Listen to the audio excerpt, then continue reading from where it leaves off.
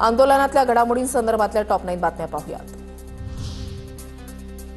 हैदराबादसह सातारा गॅझेटही लागू करा, जरांगेंची मागणी। मराठा आंदोलकांवरील केसेस सरसकट मागे घ्या, सर्व मागण्या मान्य झाल्याशिवाय मागे हटणार नाही, जरांगे ठाम।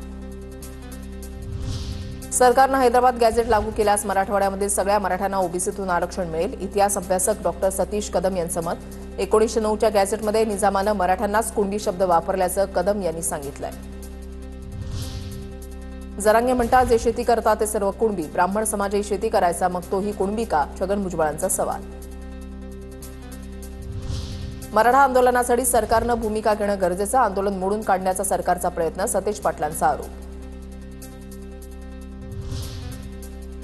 संभाजीराजे छत्रपतींनी घेतली जरांगेंची भेट, सरकारनं जरांगेंच्या मागण्यांवर मार्ग काढावा, मनोज जरांगे पाटील आमचा मावळा, संभाजीराजे छत्रपतींची प्रतिक्रिया।